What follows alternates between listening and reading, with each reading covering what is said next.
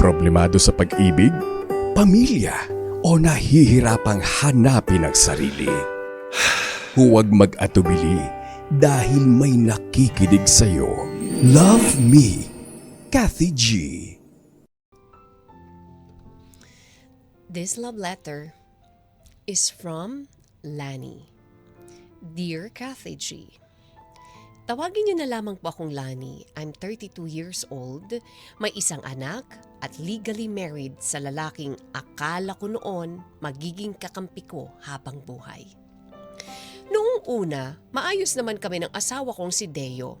Masipag siya, madiskarte, maraming pangarap.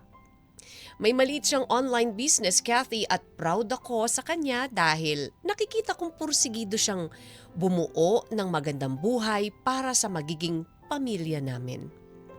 Kaya nung nabuntis ako, kampante ako.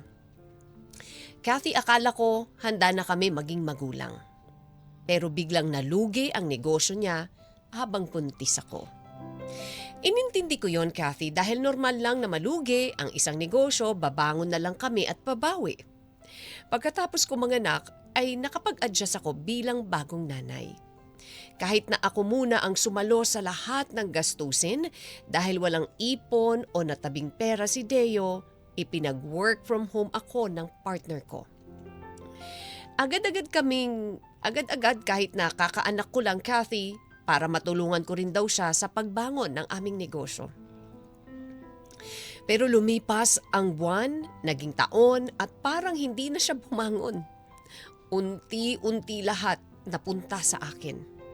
Ako ang nagbabayad ng renta, ako sa groceries, ako sa internet, kuryente, tubig, gatas, diapers, check-ups at gamot. Kahit simpleng cravings niya minsan na gusto niyang ipa-deliver, ako pa rin. Kahit hindi na yung gusto ko, basta napupunan ko lahat ng gusto niya at pangangailangan ng anak ko, Kathy.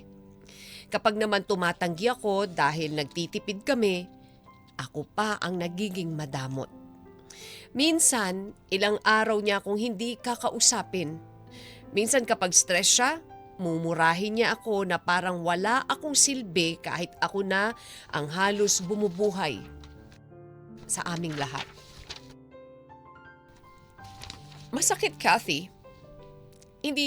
Dahil hindi naman ako nanghingi ng engranding effort. Gusto ko lang maramdaman na may partner ako, may asawa ako. Pero parang ako na lang ang magulang. Ako na lang ang provider. Ako na lang yata ang may responsibilidad. Araw-araw, halos hindi na ako makahinga sa pagod. Gigising ako na maaga para magtrabaho habang inaasikaso ang anak namin. Minsan may meetings ako habang karga ang anak ko dahil umiiyak. Kapag sinusubukan kong gisingin ang asawa ko para humingi ng tulong, maiinis pa siya, Kathy.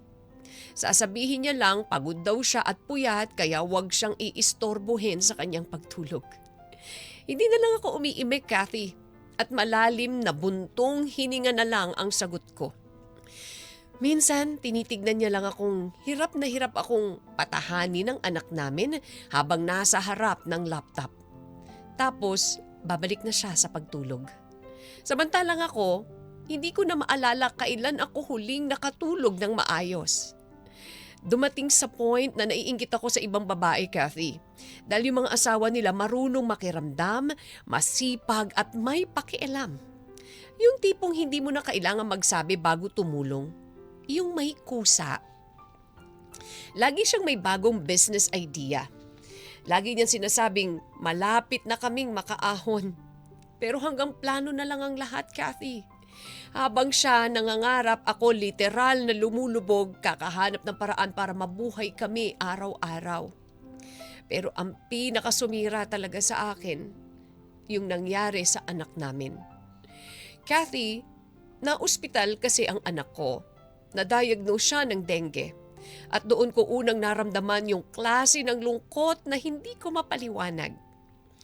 Habang nanginginig ako sa takot, ako ang kumakausap sa mga doctors, ako nagbabantay magdamag, ako nag-aasikaso ng laboratory, gamot, bills, papel at lahat pa.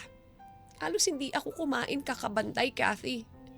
Yung asawa ko, Nasa sulok lang ng hospital room at tahimik. Hindi makatingin sa anak namin.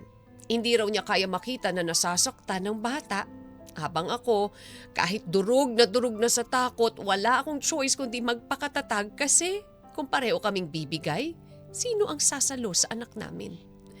Nung madaling araw na yon, habang nakaupo ako sa malamig na hospital chair at tulog na tulog silang dalawa, bigla na lang akong napaiyak. Kasi doon ko na-realize matagal na pala akong mag-isa. May asawa ako pero pakiramdam ko emotionally single mom ako. At ngayon, naiisip ko nang umalis. Hindi dahil gusto kong sirain ang pamilya ko, Kathy, kundi dahil pakiramdam ko habang pilit kong binubuhat ang asawa ko para makaahon, unti-unti akong nadudurog. Hanggang kailan ko kayang intindihin ng isang taong parang wala namang balak tulungan ang sarili niya? Ang masakit, sa una lang pala siya masipag at magaling. Pero nung nagsama na kami, doon ko na nakilala ang buong pagkatao niya. Nagkamali ba ako, Kathy? Selfish ba akong isipin ang sarili ko matapos kong ubusin ang lahat para sa pamilya namin? Dapat ko pa bang ipaglaban ang marriage o tanggapin ko na lang talaga na dito lang talaga at kakapit ako sa aming pamilya? Ang hirap, Kathy. Iniisip ko na lang ngayon ang kapakanan ng anak ko. Ubus na ang pagmamahal ko para kay Deo. Tulungan niyo po sana ako sa sitwasyon na meron ako ngayon. Maraming salamat po sa pagbasa ng aking liham. Naging malaking tulong ang inyong programa para mabawasan ang sakit na nararamdaman ko ngayon, Kathy. Sana po ay matulungan niyo ako. More power to your station and to your program. Hanggang dito na lang. Lubos na gumagalang at labis na nagmamahal.